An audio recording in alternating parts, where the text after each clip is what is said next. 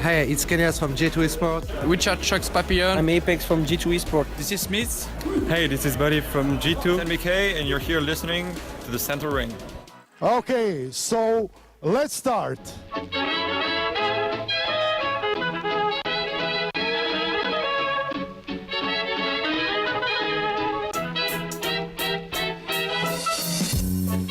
Hello, and welcome to another edition of the Center Ring, aka TCR, aka your favorite esports podcast. Episode 74 coming at you live, pre-recorded from an undisclosed location. I don't want to get ahead of myself, folks, but I think it's going to be the best episode ever. And the earliest one. Not true. We did one show? earlier when you weren't here. We knocked it out like 2 p.m., dog. Speaking of the time, though, it is September 6, 2017, 5:32 p.m. Central Standard Time. The Indian voice you just heard, that was Anuj.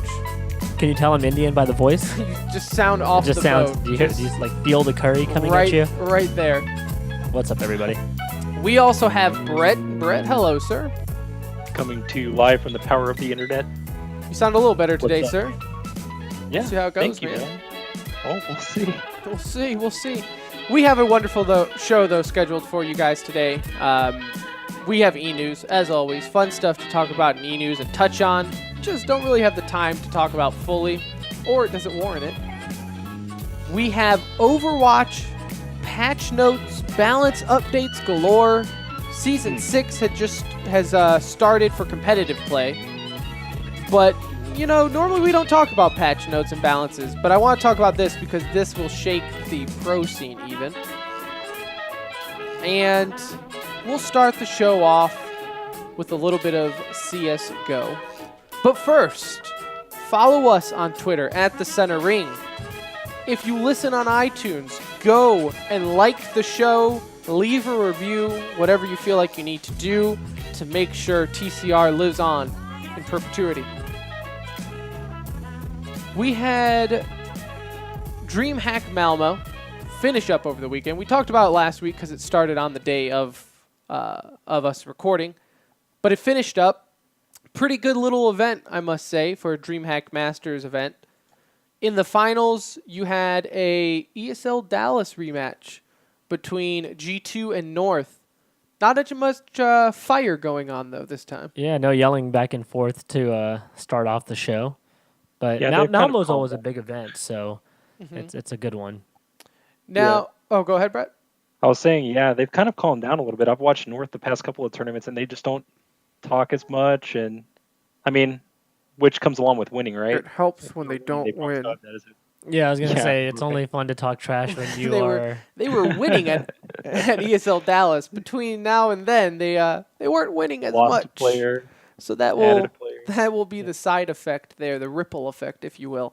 I want to go through the standings real quick. I know we talked about Virtus Pro, Mouse Sports, Envious. We talked about them last week. They were eliminated very early on. Yeah. You have the other, I don't know if you want to call it alarming position, but FaZe Clan ended up getting 9th through 12th. Okay. Are you guys worried about FaZe Clan? Now, this is literally weeks after finalizing the roster. Yeah. I don't know. Anuj, what do you feel on this? I'm not concerned yet. I mean, it's so early. It's a new roster, new lineup. They have to figure out how to mesh properly. It's hard to say that at the same time when you have 5 All-Stars on your team. Like they don't have much of a grace period before, you know, the outlook on them starts to turn, right? Like they have to do well and have to perform well quickly. But we've seen with other super teams that that's not that easy. You have a team like G2 who struggled a lot early on. I mean, they started off 0-8 in ESL Pro League last year. They found their form, and then they slumped again, you know, before their return now. So I think FaZe has more pressure on them. You have a player like Nico, the best player in the world, potentially. You added a star opper, so they don't have many excuses to not perform. and especially to go out in groups. You know, if they lose in the finals or semis, It'd a be little a different. completely You're- different You know, you're story. losing to a top 3-4 team at that point, but to lose in groups is pretty inexcusable. They get a little bit of a pass this time around, but that's not going to fly. Do you feel the same way, Brett? No, well, no, I give 'em more of a kind of kind of a pass on this one because, well, one, they're playing in a group with Gambit. They just won a major. I know, they're down their in-game leader, but they're still Gambit. And Nip found a little magic in this group. They look like they're coming back to old form with the new guys, kind of getting some continuity there. But you also got to give them a pass because the competition's kind of caught up, right? Like, you got SK, you got Astralis, you got Navi. G2's been together for a while, so I mean, yeah, they're an all-star team, but there's so much diversity, like parity. That's the word I'm looking for in this sport that I give them a pass. Give them some time, give them a few tournaments, and see what happens. Now, I want to play devil's advocate here. All right. I don't know if worrying is the correct word. I don't know if you would worry. If you're a FaZe clan, do you worry? I guess as a fan, yes. However, let's look at this for what it is. You added Guardian and Olafmeister, albeit the names would tell you it's a super team. They were also, though, the only reason they were able to be picked up is because they were kicked off their losing team. Olaf wasn't necessarily kicked off the team, though. Olaf decided But it was also because they weren't performing. Yeah, they weren't, but that was more as a whole. I put a lot of that on, JW not playing up to par, Crims being, kind of average at best at this point. He's not a star player. Olaf hasn't been the same since his wrist injury. We've all seen that. He's not the best player in the world anymore, but he has the ability to be very, very good.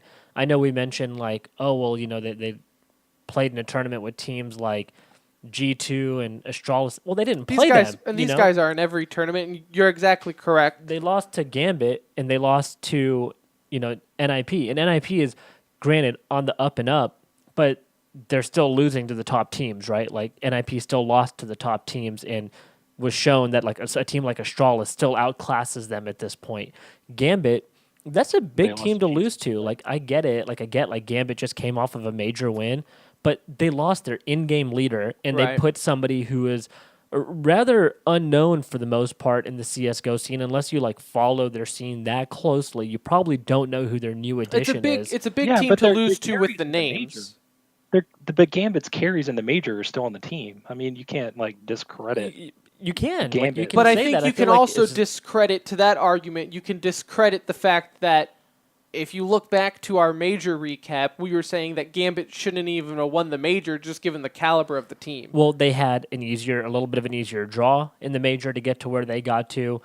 Zeus performed out of his mind, like leading them to a lot of victories. I feel like losing your in-game leader doesn't get any bigger than that. Like, I mean, what else could you lose that would be a bigger impact to a young team like Gambit? I mean, Adren's been around for a long time, I get that. But for the most part, a relatively young team, comparing it to a team like FaZe, who has a bunch of mature players at the very least, right? Like, these guys have been around. Yeah, these guys have been to know what multiple to majors. expect. Olaf's won several majors. Guardian's been to several. So I think it's just less of an excuse for them. And it would have been a good excuse for somebody like Gambit to tank out of this tournament early. And I would have been like, oh, yeah, I give them more of a pass than I would give a team like FaZe. Like I said, I think down the road, only time will be able to tell, right? Only time will paint this picture further as far as did FaZe pick up two superstars or did they pick up two falling stars, right?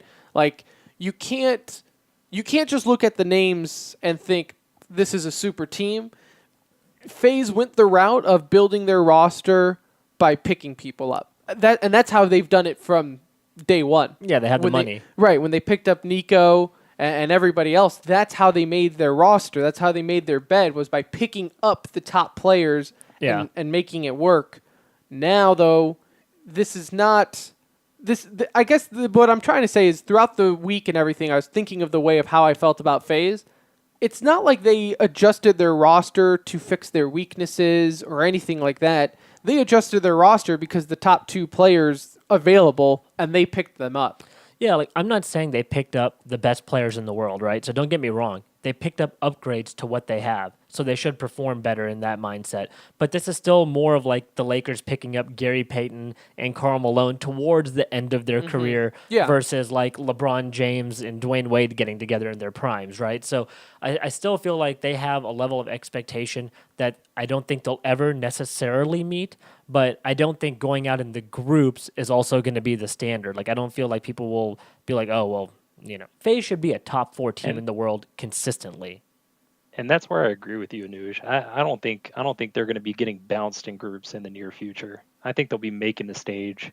It's just they need time. They just need time. You have Cloud9. They finished same as FaZe 9 through 12 with the Detroit Renegades, who've actually been playing pretty well. Yeah. They picked up Naf.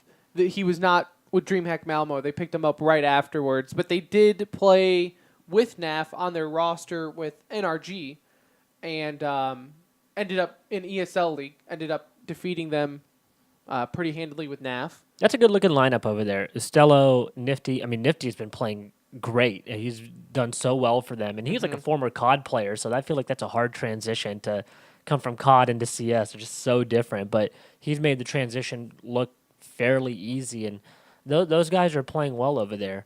Fnatic, another team, like I just don't see them ever really. They're never going to find their stride, in my opinion, at this point. I agree. I think Fnatic has turned into Cloud9. I was going to say the Cloud9 of EU. Yeah, that's what Fnatic has turned into. They look good. They have the name brand. They're an EU favorite. Yeah, people are going to love them, but they're not good enough to do it. Looking at 5th through 8th, you had Immortals, Astralis, SK Gaming, and Na'Vi. I know before the show you actually mentioned you kind of circled SK as being a talking point, saying that they just haven't really been performing SK-like lately. Yeah, so like the standard with them is so different, right? Like I mean, we can them all getting agree. out of top 2, you're like, oh, geez, what happened? Yeah, like if SK is not in the finals, you're kind of like, wait, what just happened here, right? So they've just kind of bombed out of the last couple of tournaments. Granted, they made it past the group stages, which I feel like is easy work for them at this point. Right. But they just That haven't would be been the in big the story. Like they haven't been in the finals, in the past couple of tournaments. Even the semis really, they just haven't been SK like. So you kind of wonder what's happening there, if it's motivation or if it's just, hey, we're The competition getting better. Yeah, competition getting better. I mean, you kind of seen that in Counter-Strike, but they're losing to top teams. It's just, I feel like it's something to keep an eye on to see if that trend continues or if they find their form. This is the first tournament with Zeus back in the lineup for Na'Vi. Performance-wise, I guess, it's better than what they have been doing. Yeah, does it kind of look like the same thing though to y'all? They looked the same, but I will say from a out-of-game perspective, whatever you want to call it, they did look like they were having more fun, if that means anything I was to just about you. to say, what does that mean? Like, though, it means absolutely nothing to their end results, but it did look, for whatever reason, they were laughing. Simple, what match was it?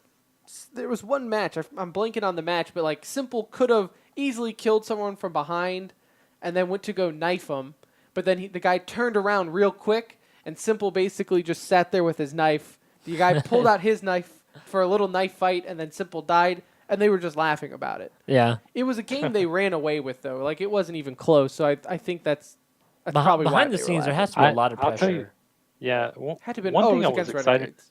That's who it was. One thing I was excited to watch, with Simple making the move to, the main opper was to see that dynamic, op play that he had, when he did it for a little bit with Liquid. Mm-hmm. I didn't really see it. I didn't really see him just being spot on in this tournament with the op. So I was hoping to kind of see flashes. Like I was kind of like team op for Simple, but now I'm kind of second guessing myself. And now Simple though actually even tweeted out about that, saying like he was not performing with the op as well as he wanted to. So he even acknowledged like there was some rust to it. He missed shots. He missed a lot. With Simple, it's so hard because not only is he one of the best offers, he's one of the best riflers, Well, and right? I said that originally when Guardian left. It's like, yeah, you can make Simple your opper. Then you are also taking away your best rifler. Yeah, like it's just Like, it's hard. Pick what you want to do. And I think op is probably the right choice for that team to have him there. See, and I disagree. But then you have to kick another player. Yeah, and that's kind of the fault of my argument of I'm going to say Simple shouldn't be the main opper. You're going to ask who do I think should be it, and I wouldn't know. There isn't one is the But problem, right? I just think Simple as a rifler, with how aggressive of a player that he is, you need the more... You need Flamey to play like the star that he's supposed to be. If Flamey is not performing at a top level, it's not going to work anyway. They're not good enough to rely on Zeus's in-game leading to all of a sudden, hey, we're going to be a badass Hey, now team we now. can fit. Now we can hit our finish. shots, Yeah, like, right? If Flamey has to be an all-star for him, Seized is going to be on this bubble, like this awkward bubble that he is in right now. Like if he continues to play poorly, he's going to get the boot. I mean, he's already been benched once before, so yeah, with them it's just kind of a wait and see. But again, I feel like they're in a really intense situation. Yeah, they're all laughing and all that, but I bet you behind the scenes there's a lot of They're pressure not. there to perform. You are the face of CIS, so it was exciting to see Nip. I mean, Brett, I know you and me being both, Nip homers in that sense. Yeah. What did you think of their performance? I think it was good. It was a good showing. It was a pretty tough group with FaZe and Gambit there, and they made the stage in their home country. I mean, I just feel like the players are coming together, just like Simple. I feel like, good lord, my Simple. mind Draken? is so Draken, yeah. You're wishing there. No. Like Simple, Draken was missing shots in this tournament that he should have been making, but ultimately, I feel good about the team. Forrest was kind of showing signs of being back, and yeah, I mean, I'm excited to see what the future. I'll admit this. Counter-Strike is better when Nip is good. Yeah, it's better when Fnatic, Nip, Cloud9, all I these felt like teams are in the I light, appreciated the classics. Finally seeing Nip as in a relevant position in this tournament. I definitely thought it was. It's weird. It's almost like you're watching like an oldie, right? It's Yeah. like the band's back together. I thought Draken and so Rez true. both were awesome in this tournament, though. Like, I have a little bit of a different take on Draken. Draken, unfortunately, misses some of the easier shots, which they highlight and they, show repeatedly over and over again. Yeah. But as a whole, on I thought B-side. Draken performed awesome in the tournament. I thought he was super aggressive. I love how aggressive he is. He had a 2-on-1 on Cash. I can't remember who was it who it was against, but he was diffusing and he hit a flick shot that was just a top Oh, play I of the saw that. year. I mean, it was just That an was sick. amazing play. I Yeah. could not believe he hit the shot. I didn't even see the guy on the screen. And so Was that the one you linked me? yeah, I think it was the That one was I took. Yeah, insane. and it was just, it was just crazy. I thought he played really well. He got outperformed by Kenny S at the end of the day when they went head to head. But still, had a good KD ratio in that match. But I agree, it's fun to see them playing well. And Forrest is Forrest. It's good to see him at the top of his game. Get Right is in that weird situation though. Like, he needs to Yeah. find a way to be better. And going back to Draken, maybe I was a little skewed from the train map when he was playing B side. He just missing shots, but no, you're right. I'm not worried about him.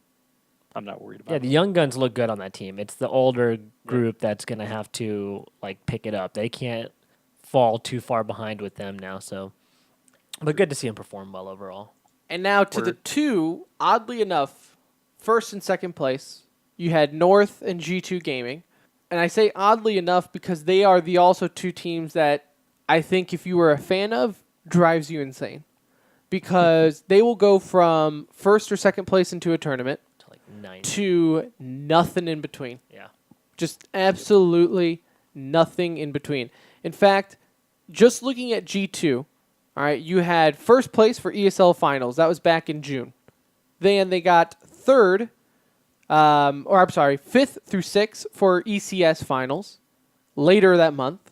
Then at the, let's see here, you got to kind of shuffle through because the qualifier, they got first and G2s second. is That- really weird. Like looking at their placement matches. yeah, or- for example, the highest they got first at ESL Pro League, and then through three tournaments, big tournaments in between. And keep in mind, they took the entire month of August off. They didn't get over 5th or 6th place. Yeah, they got really- 9th and 11th at the major, 3rd and 4th at the, those were qualifiers, so ignore that.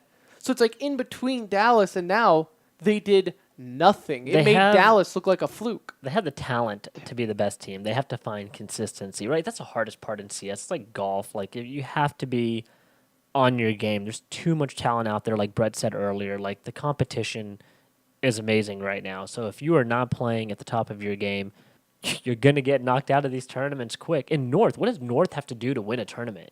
Like, I feel like they keep making it to semis and finals, but they just can't get over the hurdle, and that's got to be infuriating as a North fan. Yeah, I mean, name me, like if you look just at the overall landscape of CS, really the only team that's been any sort of picture of consistency is Astralis. But name me another team that's been, just super consistent Well, you have SK. SK. SK. lately. But even I- SK I is mean, still more to your making point, it. Well, like- more to your point, you said that SK's been slumping. So, But to their slump an is top. SK slump, I should say. I should kind of Okay, rephrase right, that, right? It's not like they're slumping like a Cloud9, not even making it out of the groups. They're like slumping as in they're not making the finals, which is not normal for them, right? yeah. But I like the golf analogy because like I feel like your shot in CS is like a golf swing. You could lose it, and it's just infuriating. But yeah. So with that being said, what is the next big thing coming up in Counter-Strike? You have E-League actually starting this week. Yep. Group A for E-League. I was going to save this for Well, E-News. they're all in but- what? They're all in Greece right now, so they're Yeah. all No OG, joining though. I'm out. No Mykonos OG, I'm right out. now, so they're having a good Yeah, time. no Optic. They Optic won today though. Optic played Yeah, Splice today, last They won night, 2 games, whenever but it they were was. close though. Yeah, Yeah. 2-0 against Splice. So that's and they're all in the huge for that States org. now for Optic's roster. Yep. So that's Yeah, they're in their gaming house. Yep, Yeah, I and saw this is picture of off that. topic for Malmo, but we'll just use this to wrap up the CS:GO, and then we'll get into the Overwatch balance updates and patch notes. I think I'm gonna watch like every Optic match. Oh yeah, I'm Dude, so it intrigued. is such an interesting roster where Yep. I don't see how you can just blow it off. I mean, looking at the roster, it's just insane to me the amount of Big names, yes. popular players like Bot Alu. You have the King of Banana. You know, you have Magisk. You have HS, who is potentially a star on that team. Mixwell And being the Mixwell, person from yeah. before. Yeah, and they seem refreshed too. Like I saw some tweets from Magic, and it was like, "Hey, I'm happy to be here. NA's great. I'm ready to play some rank S. Who's up for it? They're I'm a ready cool to city. go." They're right Like, outside of Chicago, so I mean, And it's I like- think it will yeah. be. Is that where this yeah, team they're in house Schaumburg, is? actually where my cousins live right now. But they're in Schaumburg right now, is where Okay. their house is at. So So they're not coming to Dallas. they're Kind of hope that we'd see Freiburg. I think they're moving like their headquarters. I don't think they're moving like their gaming the houses team and house stuff. there. Yeah, Okay. yeah. All So right. those guys are out in Chicago. But I think part of the reason they also look refreshed is because what do they have to lose? Like, these were a ragtag bunch of players that just needed an organization. All these EU guys said they're willing to come play in NA if the team was right. Team and Now, money. the irony is that they found a team of all EU players to come over to NA. But Yeah. we'll take it, right? like It's it. they're I in like an NA org. Oh yeah, I like that. I like the absolutely. mixed bunch. I think that's I think cool. it's It makes great. it intriguing. And it's something a little new, which maybe could change the scene a little bit too. You Well, might I see think it more it's often. going to increase it better because while they're here in NA, who do they have to practice against? NA Yeah. teams, and that's only going to improve, Cloud9, NRG, whoever, right? Maybe something to help our relations with Optic. I'm going to throw them a little shout out. If you don't watch their video logs ever, like Hector hear they're does, good. Hector does like some awesome video logs that I really, really enjoy watching. And it's just kind of an inside look at the day-to-day life of these CS teams, his COD teams. So just neat. If you enjoy that kind of stuff, go check it out. But yeah, I mean, I really enjoy his content. They do a good job, and he seems like a good guy. Well, maybe he'll hear that, and it will balance out our relationship. Good. It With could. them. Yeah. Just like Blizzard is balancing Overwatch. Ooh. You like that segue? Wow. Yeah, That's a that's radio. awesome. That's a radio professional That for was you great. folks. No, so Blizzard, they did. This is actually a couple weeks old now, where they released some PTR patch notes, but some of it has leaked over into the official game. AKA, it can now affect the pro meta, right? Pro scene meta, competitive meta, whatever you want to talk about. It's all going to be relative in here because normally when you see balance updates in Overwatch, the argument is, okay, did Blizzard change this for the pro scene or did they change this for the competitive plebs who are just complaining that Hanzo's hitboxes are broken, right? Which is not even effective in the pro scene because you see Hanzo like 1 of every 20 matches. Okay. Yeah, thank God. This is, though, I think, and Brett, you can probably speak more to this because you play healers. the changes that they're testing around with Mercy, who's currently still in PTR. This hasn't came out into the regular servers yet.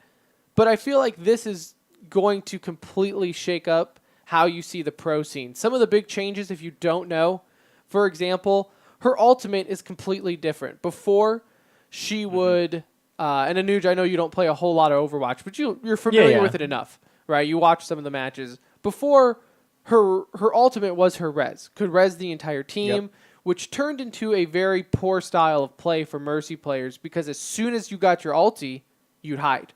You'd hide. Go hide in a corner somewhere. Go wait hide for in a everyone to go corner. down. I'd rather you stay alive than heal someone and get everyone up. And that led to a very boring style of play. You don't want to see that in a pro match, right? To say you're a pro and then you're sitting there in a corner the entire time.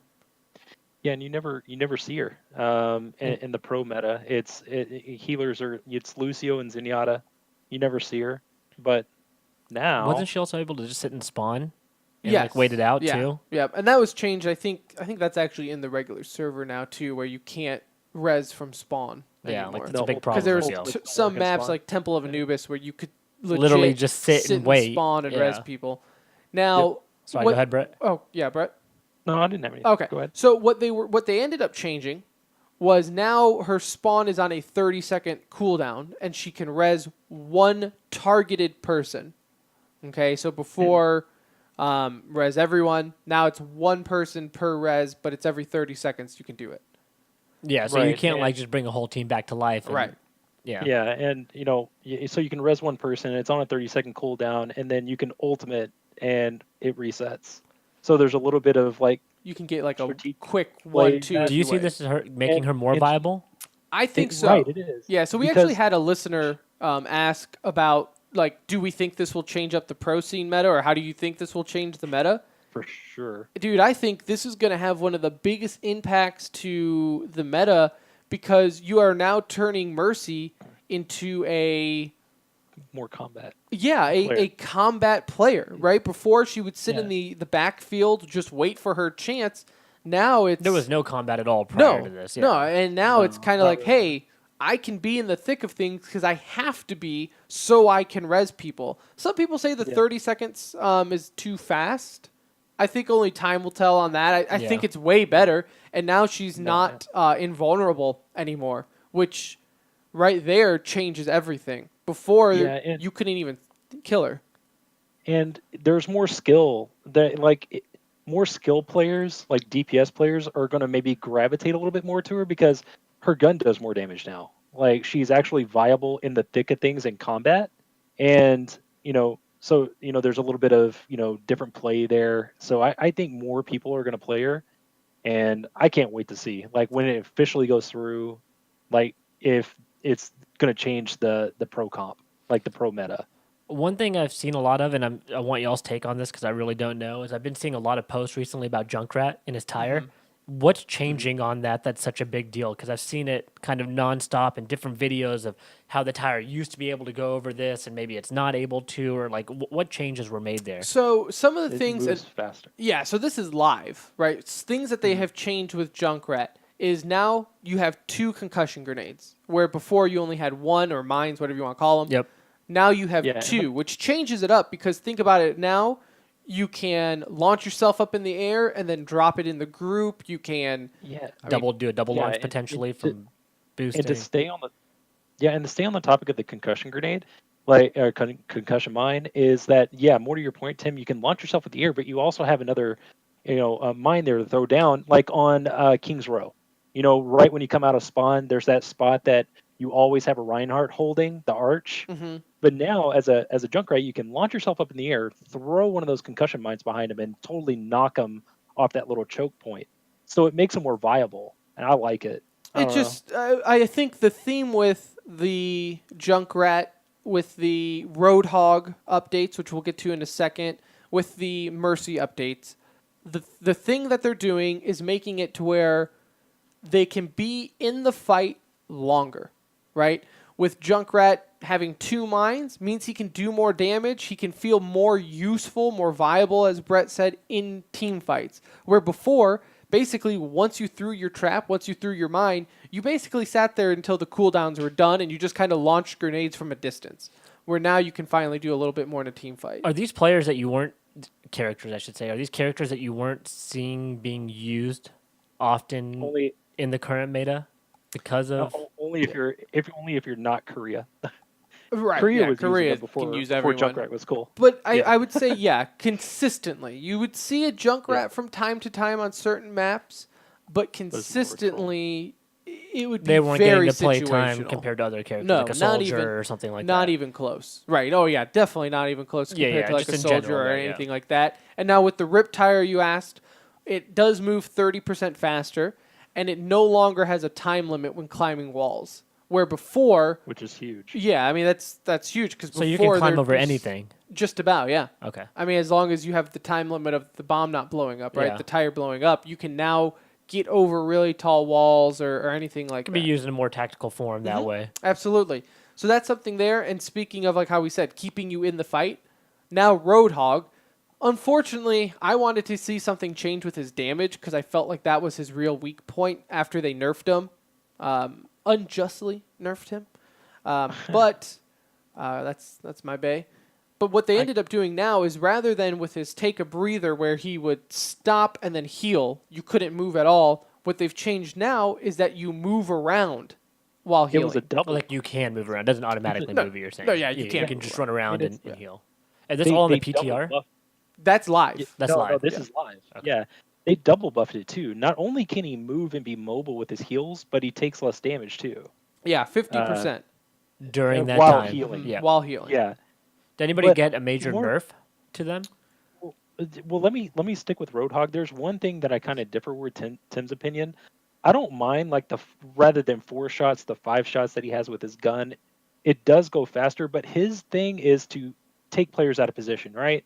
So I'm not really necessarily still upset about the damage. Like his job is to, take players out of position and do a little bit of damage. As a Lucio player, I don't mind it. Getting one shot by a Yeah, a I hook. just felt like there were certain characters as a Roadhog, like where when I hook a Widow, she should die. Like there should Yeah, be no no. question if you hook certain players, there shouldn't be even a chance. the 150 and below. Yeah, it shouldn't hit be point. even a question. And to answer your question, Nuge, did anyone really get nerfed? No. I mean, even Orisa, they made her more useful in the sense of her barrier size, her actual deployable shield, which I feel is extremely annoying, is now bigger. It's 20% bigger. Okay, and it's shaped differently to where it's more useful, like on hills and things like that. I felt like her shield, the cooldown, I'm surprised that wasn't even touched on. Maybe it's just me. I don't know. I think the cooldown's ridiculous because by the time you even destroy it, they just deploy the thing again. Yeah, I am right with you, Tim. I feel like whenever I'm playing against an Orisa, I'm always battling a shield. Yeah, maybe Always. maybe that's Always the bear. opinion of a pleb, right? I'm not. I mean, maybe that's the opinion of someone who plays in Diamond. I don't know, but I just feel like because I think the shield only has like 900 health, so technically it should be an easy, just quickly get rid of it type of thing. But again, being someone who plays in Diamond, maybe that's just something that Wait, did you isn't say coordinated. Did you say you play in Diamond? I play in Diamond. You play in Diamond. Yeah. But Okay. hey, Well, Tim, hold did on. you- I didn't know. I didn't hear it. Did I didn't hear it the second time. I wasn't sure. play in Diamond. Now, Tim, did you hear the changes though? Your diamond rank is no longer safe, buddy. Brett doesn't If play you in if you Diamond. drop below if you drop below diamond rank, you can lose your diamond rank. I think that's good because guess what? Yeah. I don't drop. That'd be nice if they did I that don't- for CS, I because don't then I drop could like below. still be at LEM or something. No, But you can no. drop. You No, should be I- able to drop. Why couldn't Side you note, drop? away from the esports, I always thought it was ridiculous that I would see someone diamond and they would have like 500 less SR than what you were supposed to be for diamond. I'm like, so what? You peaked once and then just You had your run.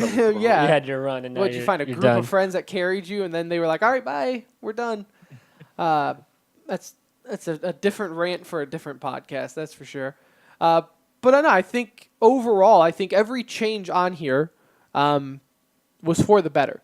Like, there's not one real thing here. Now, keep in mind, I will give Blizzard props for not putting Mercy into the regular servers, into the regular pool of play. typically, they're notorious for when things go into the PTR to just release them, whether it's balanced or not, which I completely understand. 99% of games do that, right? Yes, and this is what people don't understand. A PTR is a test realm for bugs to Yeah. make sure it's not broken, not to make sure it's balanced. Because guess what? They're not going to take the little population that plays in a PTR servers as gospel. Now, with Mercy, it was a little different because it was very obvious that She's broken. they've already nerfed her in PTR. Just on Yeah. the 29th, I think, right at the end of August, they did where her gun isn't damaged boost in her ultimate in Valkyrie mode anymore, and her flying speed is slower. Where before, as Brett always worded it as being like a helicopter, like she would just fly up in the air. You didn't She's have a to chopper gunner. reload Yeah. and just Spam. just rain down from above.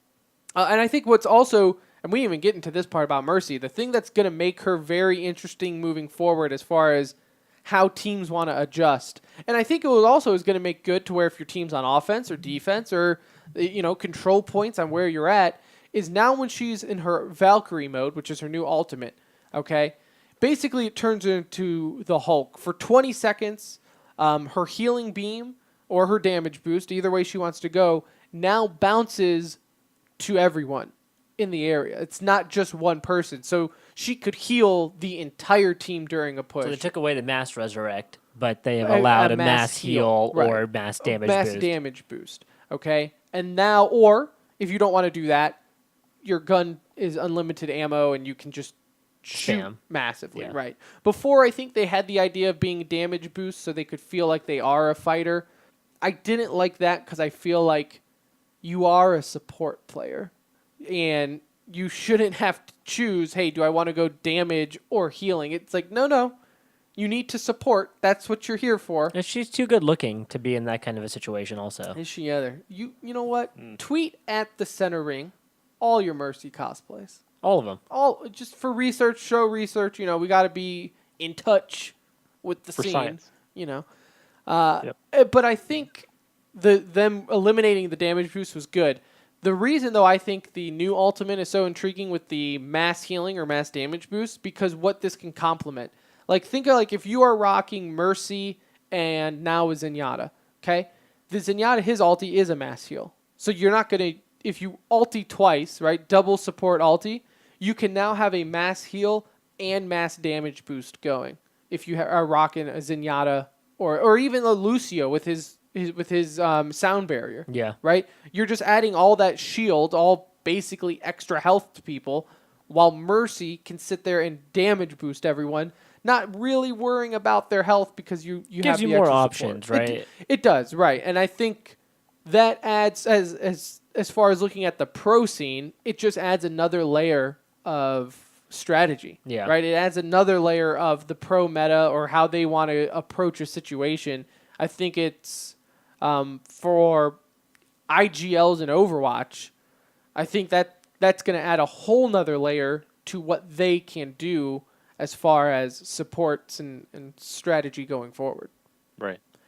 No word as far as when that's going to hit, though. Mercy is going to hit the public servers. I don't think they've said anything. Have they, Brett? I'm looking here at the notes. I don't think they've. No, I don't think they've said anything, but I'm glad they're taking their time because she was totally broken. No, I agree. If that would have hit the main servers, it would have been a mess for Season 6, especially now since they're doing it to where seasons are 2 months long. 2 months long rather than 3. Yeah.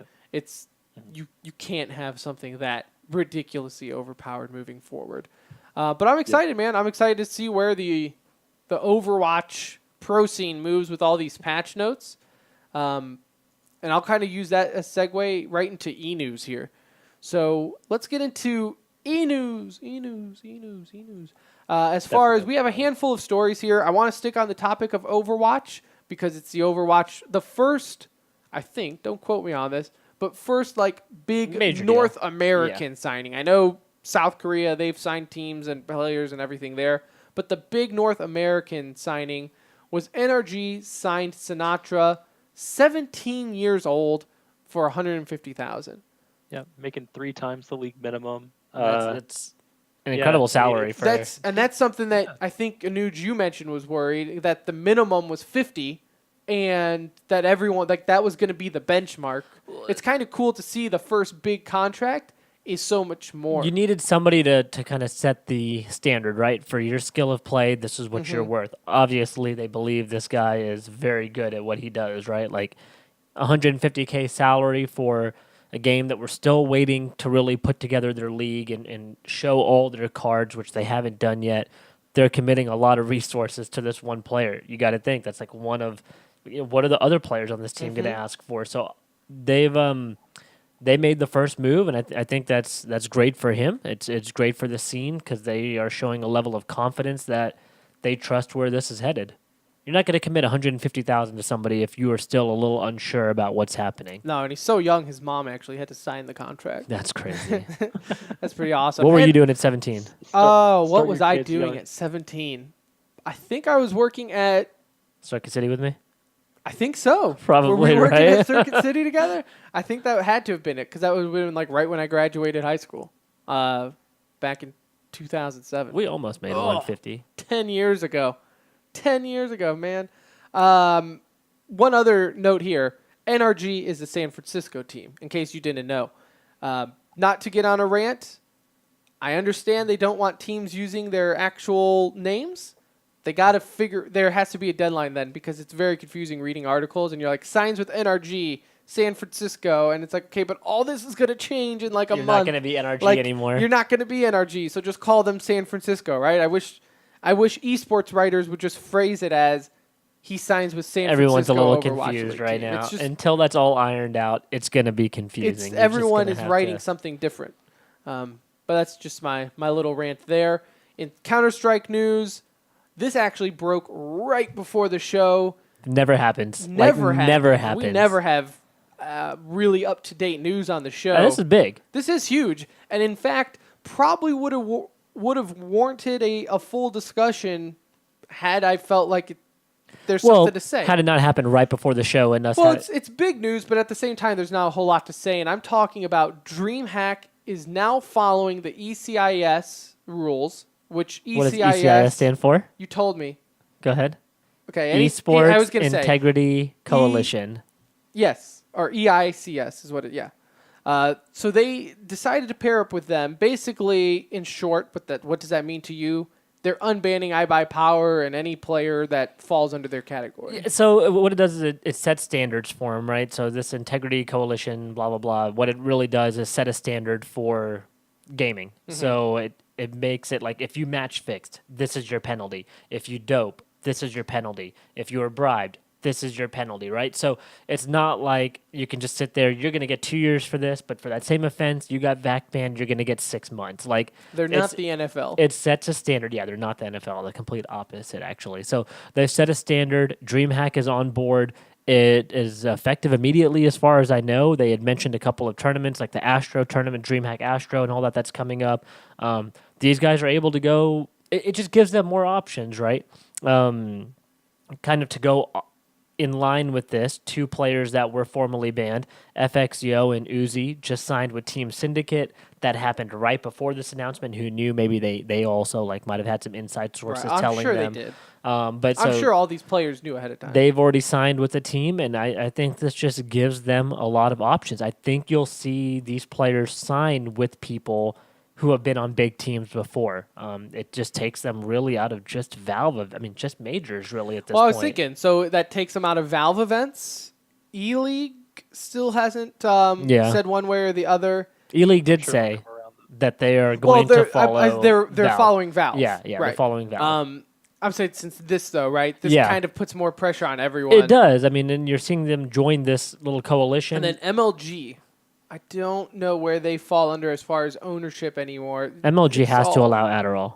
It's so it's got to be. I'm pretty sure they're still siding with Valve. But for Counter-Strike, for the Counter-Strike scene as a whole, Well, this opens up about 75%, if not more, of the tournaments out there right now. I would say Big tournaments, right? I would say this probably frees up 80% of organizations from opening up to the idea of signing you. Yeah. right? If you're a TSM or you're somebody who does not have a team in Counter-Strike right now, or even, these Splice, Misfits, all these guys that have some money that are not going to make a major anyway, this is a great opportunity because Right. you will compete in tournaments with some of these You big want to name get players. your name out there. This is the Even if perfect, you don't easiest win. way to get yourself into the scene. You will be a crowd favorite if you sign a couple of these players. We already mentioned Group A for E-League starts this Friday on TBS. The groups were announced. Uh, Cloud9 always happened to it? draws SK. Like, it's Cloud9, SK, Navi, and Envious. And on the other end, you got FaZe, Astralis. Yeah, no. For E-League? Yeah, isn't that No. isn't that what they announced? Oh wait, what tournament is that for? That's for ESL One New York. Sorry, the groupings I were was about just to say, announced. these for, groups have been Yeah, announced yeah, yeah. forever. It's ESL One New York that I'm talking about. Okay. Well, we'll get that into a Yep. second then, because for Group A on E-League, that starts Friday. You have FaZe Clan, Navi, G2, and Renegades. We'll do more Gosh, previews. poor Renegades. I don't want to. We'll do recaps. I don't want to really preview a group stage for E-League at the moment. But yeah, Renegades is Like, it's good probably lord. Huh. It's sad when you're Renegades and you look at FaZe being probably the most beatable team in Like, that group. that's our chance. Like, FaZe is your chance to not get last place. So, hey, best of luck. They ended up qualifying. So they're the Renegades is a funny team because they always end up qualifying for everything, and yet they're the Renegades. Cloud9 actually got a pretty easy draw. I say easy, relatively easy compared to the other groups. Well, we'll see how NIP will go and all that. But you were mentioning there that they announced the groups for... ESL One New York was announced. So it's the two groups. I think it's just 8 teams altogether, right? Let's see here. But I know one of the groups is Envious, FaZe, blah, blah, blah. Whatever. Yeah, I it's said 8 earlier. teams. So Group A, SK, Cloud9, Navi, Envious. Group B, FaZe, Astralis, Team Liquid, and Virtus Pro. Which, really, really looking there, I mean, Group B is pretty pathetic. Yeah. If you're looking at that group, that's a pretty Cloud9 pathetic looking can't seem team. to avoid SK. No. Like, it Liquid doesn't have a matter. chance. And it's sad E-News. Anders and Semler's officially, Semler officially announced that they are on hiatus Wah, wah. for their broadcasting duo. I don't think there was any beef. They announced it on the Scores Esports podcast, which, Please. okay, whatever, if you can even trust them. Second-rate podcast, if you ask me. But he announced that they're basically on a hiatus. I think it's just because Semler wants to do other things in CSGO. Yeah, he's been doing CSGO for the last, 4 years nonstop. He doesn't want to be at the so- mercy of other, and, probably this might be allowing Anders to do more, right? Maybe You've seen Anders wasn't working with doing Moses much. quite a bit. Anders Listen. and Moses have been teamed up, which is nice He because it's might like a ap- play-by-play and a color guy kind of working Yeah. together. Right, rather So- than Semler and Anders where you kind of had both play-by-play guys Yeah, and yeah. sometimes it would step Yeah. on each other. Yeah. I think it will be... It's listen, fine. Both, You're not going to notice anything. both are amazing at what Yeah. they do. Some of the things that Similar says is like, dude. I love him, though. I I think love he's- them as a duo. Him I really and- do. He and Sadakist, just some of the things they say are Well, just like, yes, that's should just... you be saying this? I feel like sometimes they just both talk too much to where it's like, okay. Like, they're speaking out of their butts sometimes, Yeah. right? But Yeah, Anders and Semler are my favorite Yes. duo, they are. personally. Yeah, I'd agree. And in other news, Paladins, we all remember that game, right? Announced a Whatever. Premier League with High Res and WESA collaboration. So if you wasn't really expecting this news to come out, I figured Paladins was a lost cause, considering it basically notoriously mimicked Overwatch. How much did they pay us to get in this segment? No. So, but they no, I'll I thought totally the watch fact that that they partnered with WESA. So you have Envious, Fnatic, G2, Mousesports, Navi, Virtus Pro, SK, NIP. Have any of us played it? I mean, Well, I that's- say any of us. Have any of y'all played it? I've played it. I've watched a lot of I've played it. Paladin. It's just, To be A lot. honest, watch it and a just, lot. what's a lot? What's like a lot? 20 minutes? Are we talking 20 minutes, 30 minutes? No, I've watched streamers play it. Days. I've watched several. All right. It's just I'll let you have that one. Too, Now to our Paladins correspondence. when I do it, Brett. I watch the. I'll take COD. He can take Paladins. Right. We'll become No, the no. official Paladins Premier League podcast, TCR. Please, no, don't do that to me. I played it. I mean, it was okay. It's whatever. Listen, sometimes there's just too many games to follow, and that's gonna be one of those that just falls. Too many to the similar wayside. games, you know. Right. Like it's just And that's kind of what happened to it. Yeah. It came out around the same time as Overwatch, and it just I from can tell you, there. I will never watch competitive. That's what happens Oh. when you're high res trying to compete with Blizzard. Anyways, let me get this. Hold up. Professional broadcasting. Go. All right. well. You're just on point with the production value of this episode. Hey, man, that's what happens. That's what happens when you have the best like me. I want to thank everyone here for listening to episode 74 of The Center Ring, a.k.a. TCR, a.k.a. your favorite esports podcast. I hope you enjoyed the episode. I know we enjoyed it. If you listened all the way through or skipped around, I appreciate it all the same. Again, follow us on Twitter at The Center Ring. And if you follow us, if you enjoy the podcast, the best thing you can do is rate us on Donate. iTunes. Oh yeah, rate us. Give us all your money. Share and retweet the show. Spread the word. It's the easiest way. In fact, keep your money. I'd much rather you retweet the show and share the love that is The Center Ring.